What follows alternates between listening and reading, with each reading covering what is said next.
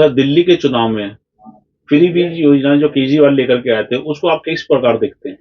देखिए कमल जी, जो फ्री बीज श्री अरविंद केजरीवाल जो पिछले चुनाव में लेकर के आए और उस फ्री बीज के आधार पर उनको चुनावी सफलता मिली, उसी को वो दोबारा दोहरा रहे हैं दिल्ली के अंदर में।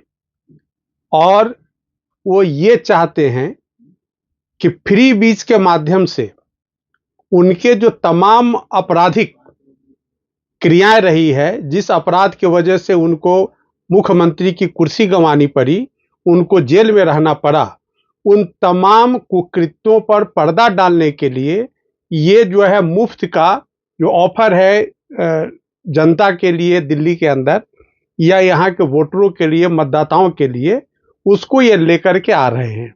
तो इसके पीछे जो उनका सबसे बड़ा मंशा है कि दिल्ली की जनता में उनके आपराधिक कृत्यों को देखते हुए जो उनके प्रति एक घृणा का भाव पैदा हुआ, उस पर एक किसी भी तरह से पर्दा डाल करके इस चुनावी दंगल में वो दिल्ली के जनता के सामने आए हैं।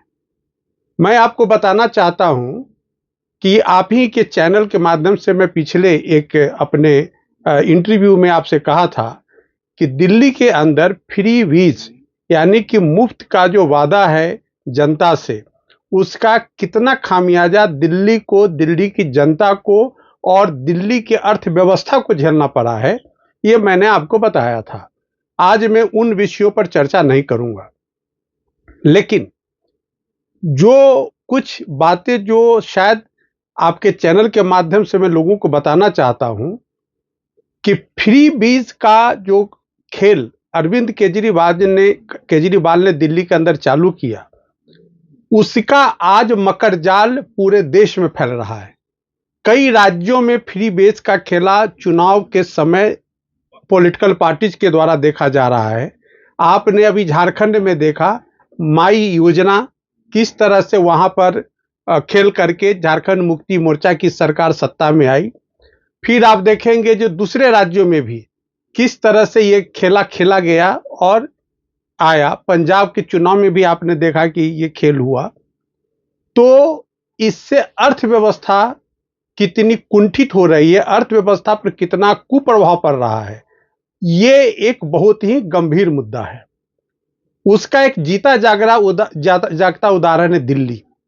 पिछले 5 वर्षों में मुफ्त पानी, मुफ्त बिजली का जो व्यवस्था अरविंद केजरीवाल जी और उनकी सरकार ने दिया, उसके वजह से आज यमुना नदी को ही देख ले। जब अरविंद केजरीवाल सोशल एक्टिविस्ट थे दिल्ली के अंदर, वो सत्ता में नहीं थे, जब वो आंदोलनकारी नेता थे, सत्ता में नहीं थे, और जब वो सत्ता में आए तो उन्होंने दिल्ली की जनता को पूरा भरोसा दिलाया कि वो स्वच्छ और निर्मल यमुना नदी को करेंगे। इस बाबत उनको केंद्र सरकार से फंड भी मिले। लेकिन आज क्या यमुना जी की गंदगी दूर हुई? तो यह एक इतना बड़ा उदाहरण है कि अरविंद केजरीवाल की सरकार ने यमुना नदी की सफाई के लिए एक कदम भी आगे नहीं बढ़ाया। और यमुना जी की जो गंदगी है, आज से 5 साल पहले जो गंदगी थी उसमें कई गुना इजाफा हुआ है। उसी तरह से आप देखेंगे कि यहाँ का जो हेल्थ सेक्टर है, उस हेल्थ सेक्टर में आप जाकर के देखेंगे जो दिल्ली सरकार के जो अस्पताल हैं, उनमें कितनी कुव्यवस्था कायम है। वहां जो मरीजों को जो मुफ्त में मेडिसिन होनी चाहिए हॉस्पिटल के अंदर, जो बिलो पॉवर्टी लाइन के जो लोग हैं उनको जो मेडिसिन मिलना चाहिए, आज उस मेडिसिन की उपलब्धता अस्पतालों में नहीं है। नतीजा क्या है कि आप जो डॉक्टर जो मेडिसिन प्रिस्क्राइब करते हैं, उसके लिए उन बिलो पॉवर्टी लाइन जो गरीबी रेखा से नीचे जो लोग हैं, उनको मार्केट से मेडिसिन खरीद करके खाना पड़ता है। तो जो योजना, जिस योजना के तहत, स्वास्थ्य योजना के तहत मुफ्त में जो गरीब रेखा के नीचे जो लोग हैं उनको दवा मिलनी चाहिए, आज वो अस्पतालों में मुहैया नहीं कराया जा रहा है। तीसरी बात कि आयुष्मान जो योजना था, जो हेल्थ सेक्टर की मैं बात कर रहा हूं भारत सरकार का, क्या उसको दिल्ली में लागू किया गया है? आखिर केजरीवाल ने आयुष्मान योजना जो केंद्र सरकार की थी, जिसमें 5 लाख तक में मुफ्त में लोगों को इलाज मुहैया हो रहा था, उस योजना का लाभ दिल्ली की सरकार ने दिल्ली की जनता को क्यों वंचित किया? मतलब बहुत साफ था कि वह किसी भी तरह से केंद्र की जो भाजपा सरकार है उसको इन लाभकारी योजनाओं का लाभ नहीं लेने देना चाहती थी। मतलब ये कि जो आम आदमी की पार्टी की सरकार है दिल्ली में, केजरीवाल की जो सरकार है दिल्ली में, उसको आम जनता के स्वास्थ्य से कोई लेना देना नहीं है।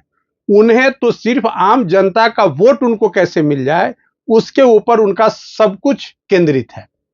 तो दिल्ली की जनता को यह भी समझना होगा कि किस तरह से केजरीवाल की सरकार, जो केंद्र की लाभकारी योजनाएं हैं, उससे दिल्ली की जनता को बिल्कुल अलग रखा गया है, और किस तरह से जो दिल्ली सरकार की योजना है उस योजना को भी किस तरह से उसमें कटौती कर करके लागू किया जा रहा है।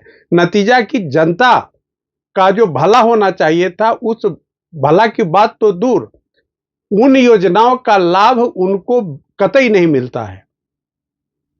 उसके बाद आप देखेंगे कि मैंने पहले भी कहा है कि जो दिल्ली के अंदर जो रोजगार की समस्या आज उत्पन्न हो गई है, क्योंकि सैलरी देने के पैसे, इस मुफ्त योजना का जो बहुत बड़ा खामियाजा जो वेतन भोगी तबका है दिल्ली की सरकार के अंदर, उनको वेतन बहुत देर से दिया जाता है, और नतीजा क्या होता है कि जब आप 3 महीने, 4 महीने, 6 महीने वेतन नहीं देते हैं, तो जो वेतन भोगी परिवार है दिल्ली के अंदर, उनकी क्या दुर्दशा हो रही है, ये इसकी सिर्फ कल्पना की जा सकती है।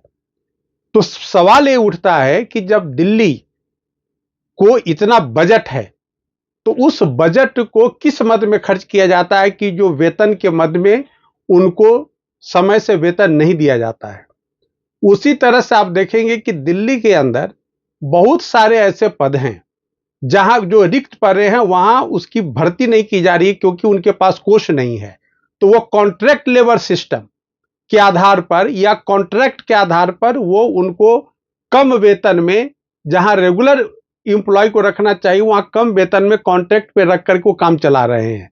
तो एक तरह से आम आदमी पार्टी की सरकार ने एडहॉकिज्म को जन्म दिया है दिल्ली के अंदर। तो दिल्ली के जो बेरोजगार हैं उनको रोजगार नहीं मिल पा रहा है, दिल्ली के जो युवक हैं उनको रोजगार जो मुहैया कराना चाहिए वो नहीं मिल रहा है, दिल्ली के जो वेतन भोगी है उनको समय से वेतन नहीं मिल रहा है, दिल्ली का जो इंफ्रास्ट्रक्चर है वो तार तार हो रहा है, दिल्ली के अंदर जो नदी नाले हैं वो किस तरह से, वहां मेंटेनेंस नाम की कोई चीज नहीं है। और आप जब दिल्ली के गांवों में जाएंगे तो सबसे बड़ी बात क्या है कि वहां जो कचरा घर हुआ करता था, उस कचरा घर की ऐसी कोई रख रखाव नहीं है जिससे कि उस गांव के लोगों को पोल्यूशन से प्रभावित होने से बचाया जाए। वो बिल्कुल बरसात के दिनों में उन कचरा घरों की स्थिति होती है कि गांव के लोग का जीना दुभर हो गया था। अभी बीते वर्ष जो बरसात के दिनों में हमने कई गांवों में जाकर के देखा, वहां उनका जीना दुभर था कचरा घर की वजह से। जितने कचरा थे बरसात के पानी से गांव के अंदर फैल रहे थे, बदबू आ रही थी गांवों के अंदर। तो गांव के अंदर न तो कोई सिविक फैसिलिटी है, न गांव के अंदर जो कम्युनिटी सेंटर है, न गांवों के अंदर कोई हॉस्पिटल है। गांवों को एक बात मैं और कहना चाहता हूं कि पहले भी मैंने कहा है कि जो गांव के लिए जो फंड केंद्र सरकार के आ रहे हैं, उन फंडों का बंदर बांट आम आदमी पार्टी की सरकार करती आ रही है।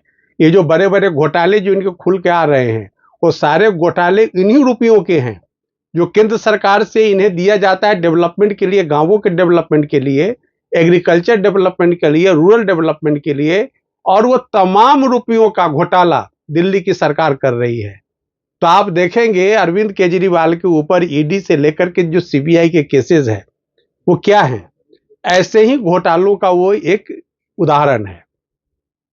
जब यहाँ की सत्ता बदलेगी और जब नई सरकार आएगी और जब वो इन्वेस्टिगेट करेगी, तो इनके घोटालों का पेंडोराज बॉक्स खुलेगा दिल्ली के अंदर, हर जगह आपको घोटाला मिलेगा। तो एक तो ये बात रही अरविंद केजरीवाल की सरकार की।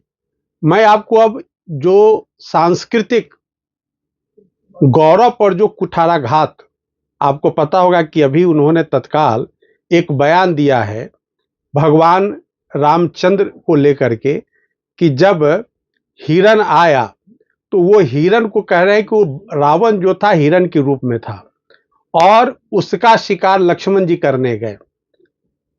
और मुझे तो आश्चर्य होता है कि अरविंद केजरीवाल एक पढ़े लिखे IITian engineer, Indian revenue services के ऑफिसर थे, लेकिन उनको न तो तुलसीदास द्वारा रचित रामायण का कोई ज्ञान है, न श्री वाल्मीकि द्वारा रचित रामायण का कोई ज्ञान है। तो जब ये सर शरारत नहीं लगती? ये बिल्कुल, ये हिंदुत्व को और सनातन को चिढ़ाने वाला उनका बयान है। उन्होंने हिंदुओं को चिढ़ाने का काम किया है और चिढ़ाने के पीछे उनका मकसद बहुत क्लियर है, क्योंकि वो एक वर्ग विशेष को अपने तरफ आकर्षित करने के लिए उन्होंने जानबूझकर, कोई यह नहीं कह सकता कि अरविंद केजरीवाल जो इतने क्वालिफाइड हैं उनको रामायण का, रामचरितमानस का कोई ज्ञान नहीं है। उनको यह पता नहीं है कि जो हिरण के रूप में मारीच आया था, इस बात की जानकारी उनको नहीं, ऐसा कोई नहीं मान सकता है। उनको शायद यह भी पता नहीं है कि मारीच का वो शिकार करने माता सीता के कहने पर प्रभु राम स्वयं गए थे और जब प्रभु राम को आने में देरी हुई तो माता सीता जो लक्ष्मण जी थे वो माता सीता के निगरानी के लिए रखे गए थे। तो फिर उन्होंने उनको कहा, चूंकि लक्ष्मण लकीर तभी उन्होंने खींच करके गए थे अपने भाई प्रभु राम के खोज में कि वो जंगल में कहां तक निकल गए। तो लक्ष्मण रेखा जिसकी चर्चा वाल्मीकि रचित रामायण और तुलसीदास रचित रामचरितमानस दोनों में है। तो यह कोई नहीं मान सकता कि अरविंद केजरीवाल जी को इस प्रसंग की कोई जानकारी नहीं है। मतलब बहुत सीधा है कि उन्होंने रामायण पर कटाक्ष करके, प्रभु श्री राम, लक्ष्मण जी और माता सीता पर कटाक्ष करके सनातन को शर्मिंदगी महसूस कराने का काम किया है और एक वर्ग विशेष को, जिनको कि इस कटाक्ष से प्रसन्नता होती है, उनको लुभाने के लिए एज ए वोटर उन्होंने यह प्रयास किया है। तो यह उनका छिछोरापन साबित करता है कि अरविंद केजरीवाल किस छिछोरे मानसिकता के प्रतीक हैं। ये उनका बयान उनके छिछोरेपन को प्रमाणित करता है। तो ये सब उनको बहुत भारी पड़ेगा आने वाले चुनाव में, क्योंकि जो सनातनी लोग हैं दिल्ली के अंदर, जो सनातनी हैं, इन सारे बातों को नोटिस करते हैं, इन सारे बातों पर अनुशीलन और मनन करते हैं और समय आने पर उनको माकूल जवाब मिलेगा। तो आपके चैनल से मैं कहना चाहता हूं कि ये जो मुफ्त का जो ये फ्री बीज है, इसने कई पॉलिटिकल पार्टी को भी मजबूर कर दिया कि वो घोषणा करे, लेकिन अल्टीमेटली ये जनता के पॉकेट पर प्रभाव डालेगा, अर्थव्यवस्था को खोखला कर देगा।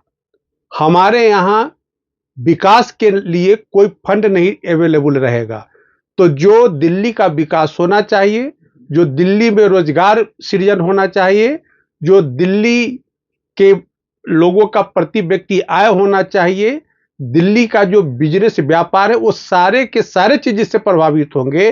तो कुल मिला जुला करके अरविंद केजरीवाल और आम आदमी पार्टी दिल्ली के लिए और देश के लिए बहुत ही बड़ा खतरनाक पॉलिटिकल पार्टी अपने आप को साबित कर रही है और इससे जनता को दूरी बनाए रखनी चाहिए। धन्यवाद।